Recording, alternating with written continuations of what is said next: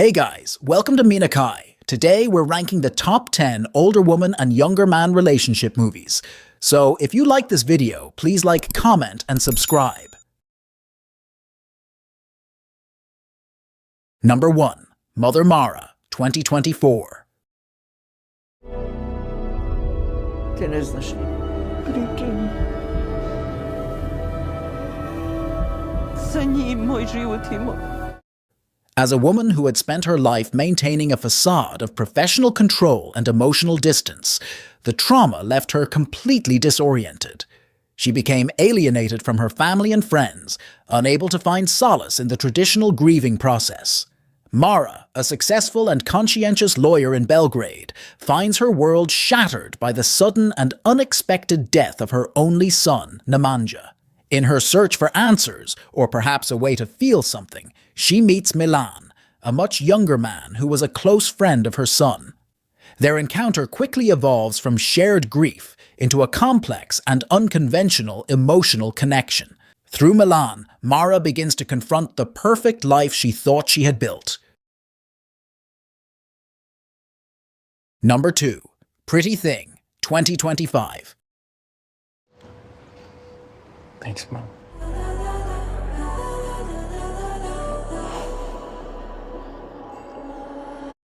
Sophie is a partner in a pharmaceutical marketing company. Beautiful, confident, and nearly 50. She has never been married and has no children, and she likes it that way.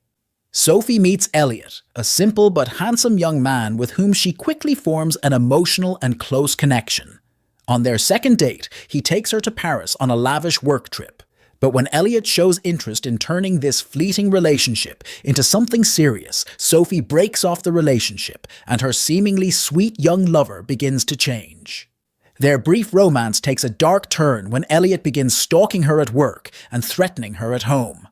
Elliot has become a dangerous and unpredictable force, and Sophie will be forced to do whatever it takes to stop him. Number 3. Chaperone, 2024. Seriously. Missy, you're almost 30. Buy yourself a nice little condo. You wouldn't be alone. Vic lives alone. 29-year-old Misha Miyamoto lives alone in the house she inherited from her grandmother. She has had the same job since high school and likes her life as it is. Simple. Unfortunately, her contentment disappoints everyone around her. Her boss doesn't understand why she turned down a promotion, her lack of ambition alienates potential romantic partners, and her parents pressure her to sell her property because she has no interest in starting a family. These pressures leave Misha feeling isolated and tired of justifying her choices. When a sincere 19-year-old mistakes Misha for a classmate, she takes comfort in his no-expectations attitude and begins a relationship with him. Number 4. Box, 2015.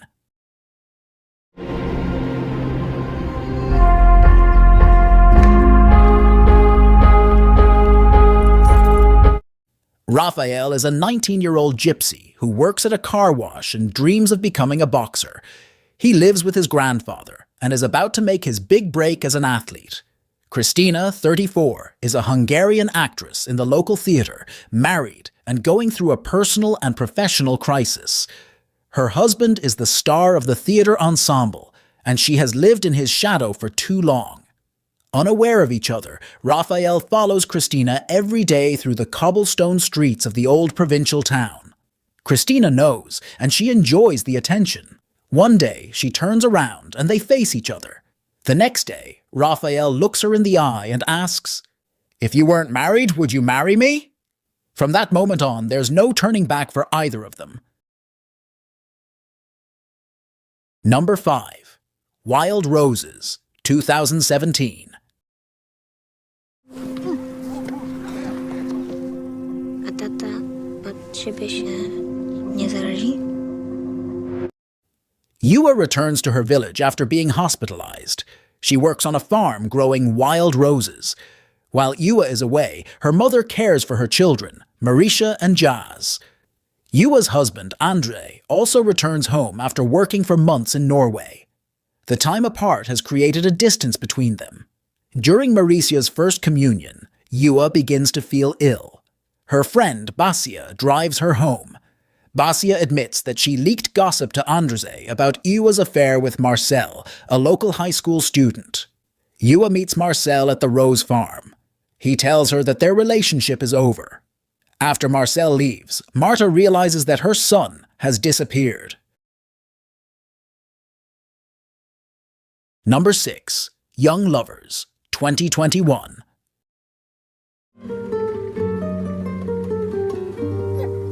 Ouais, oui. Qu'est-ce que t'allais imaginer? Bonjour, c'est...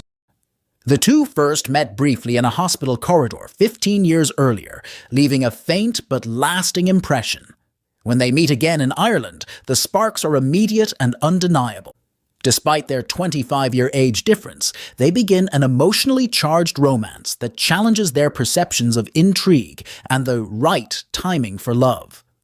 Their relationship is not without complications, as Pierre marries Jean, and their home life becomes chaotic as he grapples with his deepening feelings for Shauna, an older woman reclaiming her emotions and societal stereotypes that often render women of a certain age invisible, as Shauna grapples with her own aging and health issues.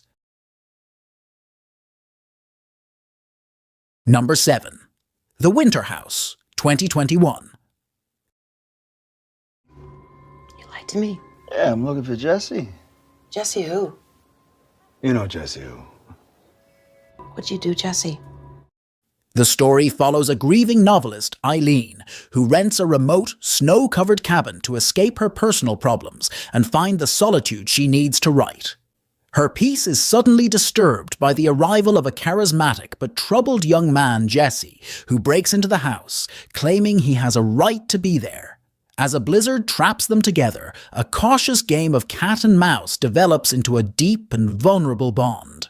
Eileen discovers that Jesse is a drug addict escaping his past, while Jesse realizes that Eileen's escape to the woods may have a much darker and more permanent purpose than simply writing. A slowly developing character arc that focuses on how two people at their lowest point can find a reason to keep going. Number 8. Suze, 2023. It's me. But honey, you're starting university. He's starting nothing. Happy grad, everyone. We're the emotional morons. Baby, I'm gonna miss you so hard.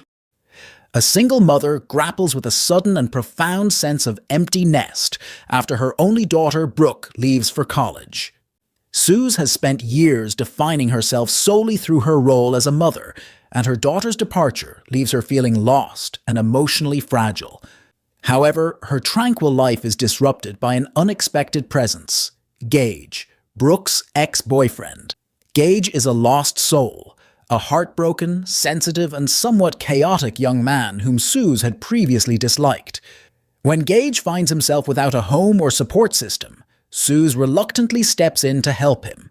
What begins as an awkward and strained living arrangement develops into a profoundly transformative friendship. Number 9. Mariana's Room, 2025. Скажи, ти син Мар'яни.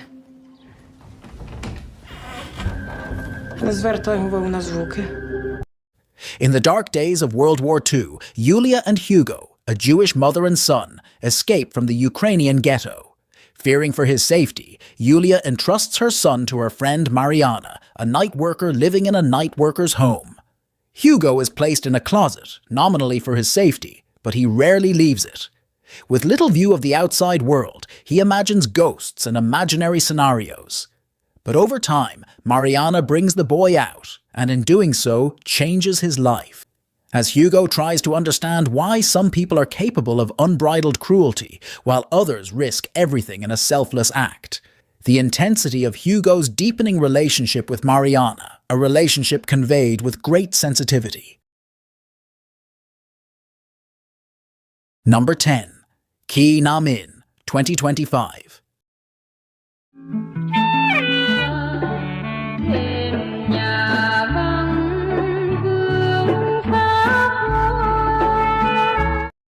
This novel chronicles the relationship between a young translator and an older widow in post-war Saigon.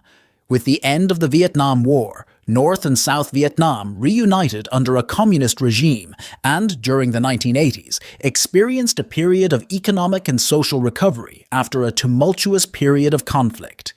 It was during this time that Kong, a young translator aspiring to succeed, met Ki Nam.